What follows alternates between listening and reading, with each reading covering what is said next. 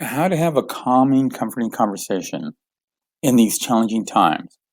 And it can be with family, spouse, friends, coworkers, clients, or potential clients. And and what I'm going to share with you are some don'ts, what you don't want to do, and what you do want to do. So first off with the don'ts. A typical conversation will start off with, how are you doing, or how are things going? And if the person responds back to you and says, I'm hanging in there, or I'm okay, pay attention to the emotions behind that, because someone can say, I'm okay in a positive way, or I'm okay. Their emotions are expressing that they're really not okay. Pay attention beyond the words. Pay attention to the emotions expressing those words. If you're in person, you can pick up a lot of other cues in regards to the body motion, their expressions, their face, or even on video.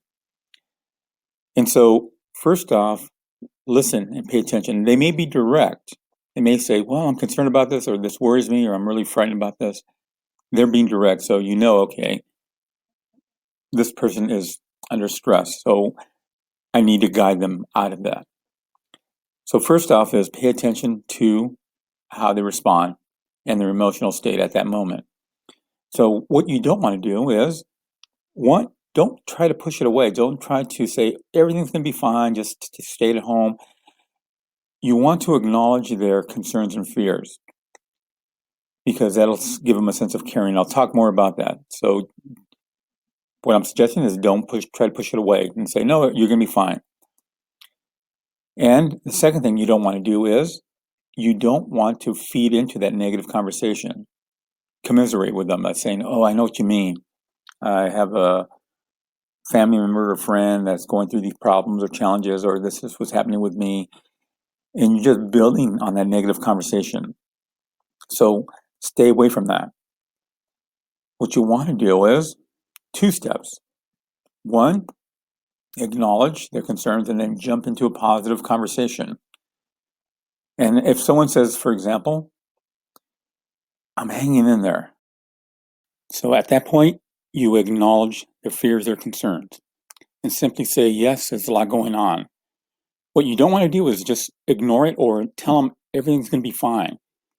You want to honor their fears and concerns, because if you don't, you'll make them feel like something's wrong with them.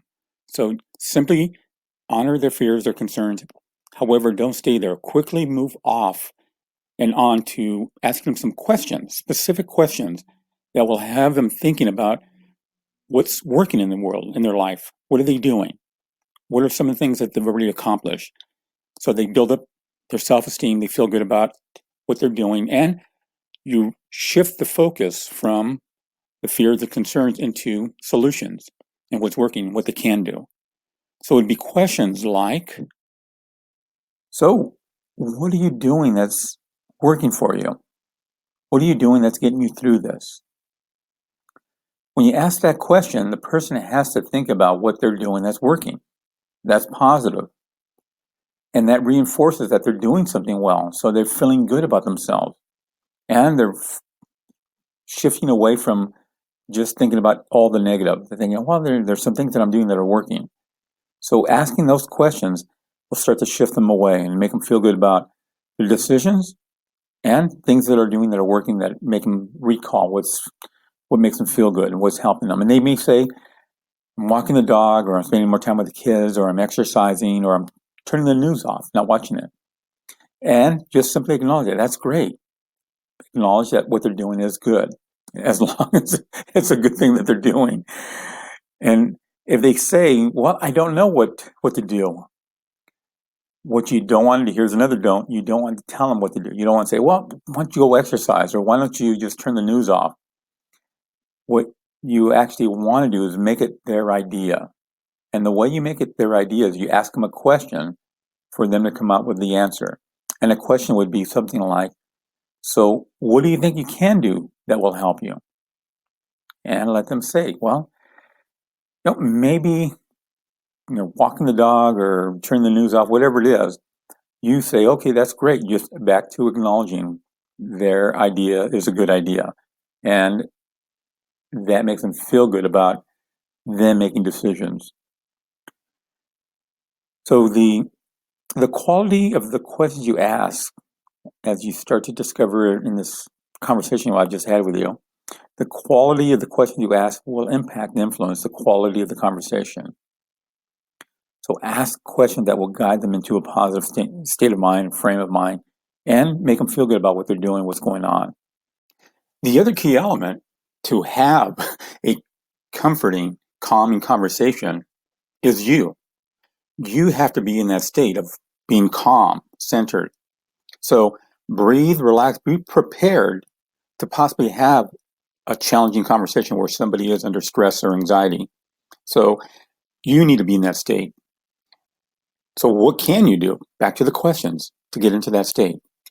And if you need some resources or tools, I invite you to look at my website. I have a program called Instant Calm, and it'll help you maintain your balance, be centered, and to instantly get calm. I have a number of people already using the program, and it does instantly help them. It's transforming for them. And you're welcome to share it with anyone else that's under stress, to share this video, this information, or have them go to my website and look at Instant Calm to help them reduce that anxiety, that fear, and get into a calm state of mind instantly. To your wellness and success. Thank you, and bye now.